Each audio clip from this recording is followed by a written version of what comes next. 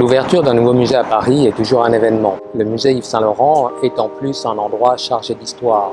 C'est en effet ici, au siège de la maison Yves Saint-Laurent, que le grand créateur a travaillé pendant des années. Découvrons le musée et sa très belle scénographie.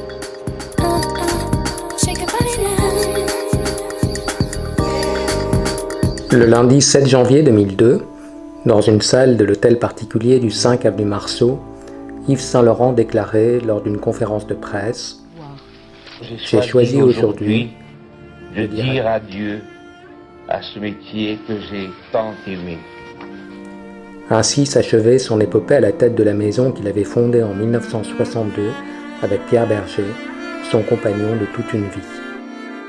Le musée Yves Saint-Laurent Paris, avant la prochaine ouverture de celui de Marrakech, propose un parcours thématique très bien conçu, des jalons de l'œuvre de Saint-Laurent. C'est d'abord un témoignage de la libération des femmes, celle qu'avait initiée Gabrielle Chanel.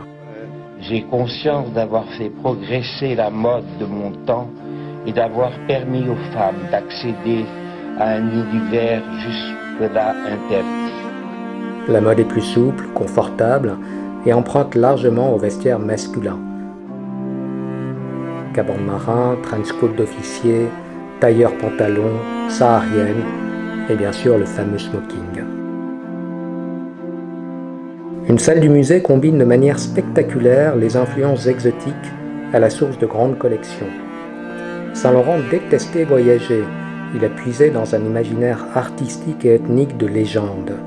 Les sculptures Bambara du Mali, l'Égypte des pharaons, l'Espagne des toreros et des gitanes, l'Inde des maharajas, la Chine envoûtante comme son parfum opium, lancé simultanément avec sa collection chinoise de 1977. Seul le Maroc était une expérience bien réelle. Il découvre le pays en 1966 avec Pierre Berger, coup de foudre immédiat. Ils achètent ensemble une maison à Marrakech. Plus tard, ils acquièrent le jardin et la villa Marjorelle, qu'ils transforment en musée d'art berbère, puis une villa à Tanger. La salle, destinée aux robes de soirée, est un feu d'artifice, de coupes élégantes et de matières précieuses. C'est aussi un hommage à la mode de tous les temps, les broderies médiévales, les étoffes précieuses de la Renaissance, les fastes aristocratiques des XVIIe et XVIIIe siècles, ou encore les crinolines du XIXe. Yves Saint-Laurent a toujours été fasciné par le théâtre et le monde du spectacle. Au cinéma, il a habillé Sophia Loren, Claudia Cardinal et Isabelle Adjani dans Subway, et bien sûr sa grande amie Catherine Deneuve.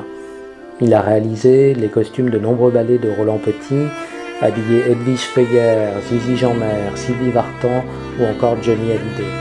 Il a même dessiné l'uniforme de Marguerite Yourcenar pour son entrée à l'Académie française.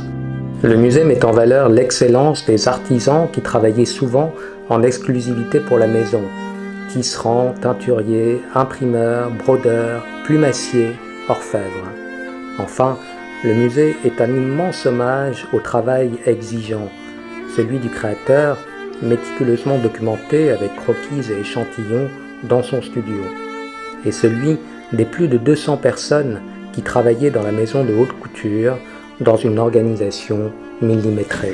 L'exposition s'achève sur un hommage d'Yves Saint-Laurent à de grands peintres qui l'ont influencé, Matisse, Picasso, Mondrian.